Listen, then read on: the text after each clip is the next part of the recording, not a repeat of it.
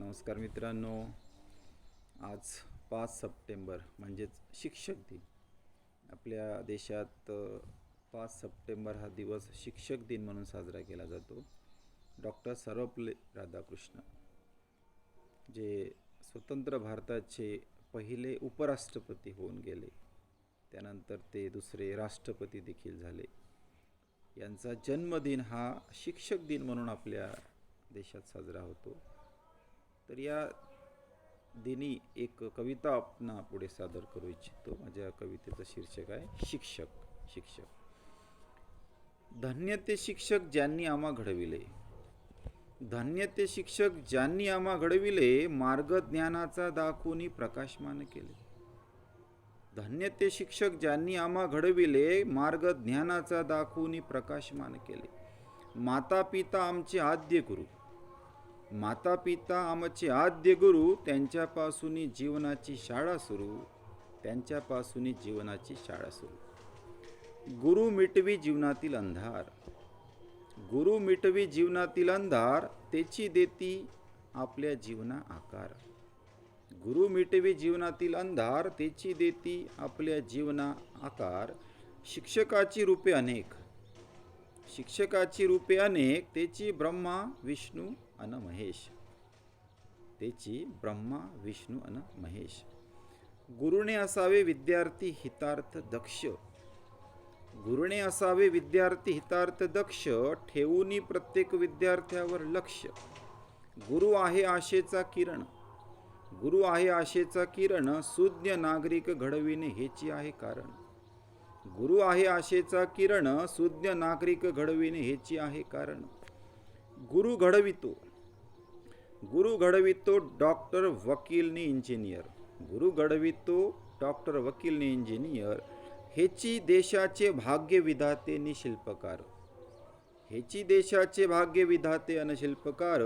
शिक्षणाची दुरावस्था हेची अधोगतीचे कारण, शिक्षणाची जी दुरावस्था होत आहे, शिक्षणाची दुरावस्था हेची अधोगतीचे कारण.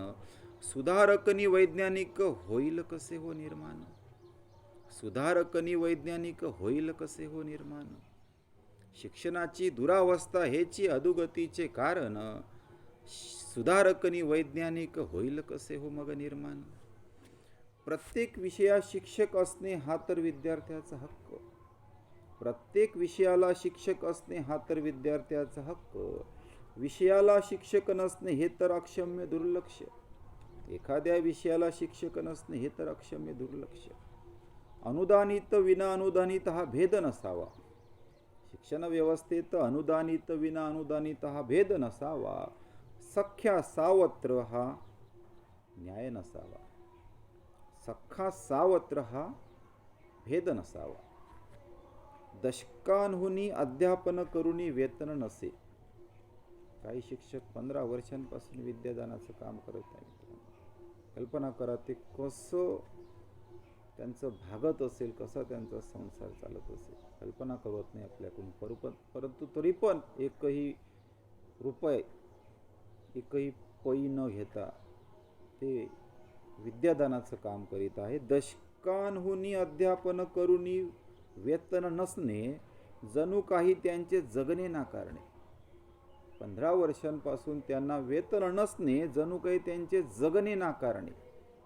ही व्यवस्था त्यांचं जगणं नाकारते की काय, असा प्रश्न पडतो. बाबासाहेब राधाकृष्णनी कलमांच्या देशा, बाबासाहेब राधाकृष्णनी कलमांच्या या देशा, भारत देशा, शिक्षण क्षेत्राची न व्हावी अवदशा. बाबासाहेब राधाकृष्णनी कलमांच्या या भारत देशा, शिक्षण क्षेत्राची न व्हावी अवदशा, शिक्षण क्षेत्राची न व्हावी अवदशा. शिक्षण हेच राष्ट्र उभारणीचे एकमेव साधन, शिक्षण हेच राष्ट्र उभारणीचे एकमेव साधन, मागासांच्या विकासाचे एकमेव माध्यम. मित्रांनो, शिक्षण हेच राष्ट्र उभारणीचे एकमेव साधन, मागासांच्या विकासाचे एकमेव शिक्षण हेच माध्यम.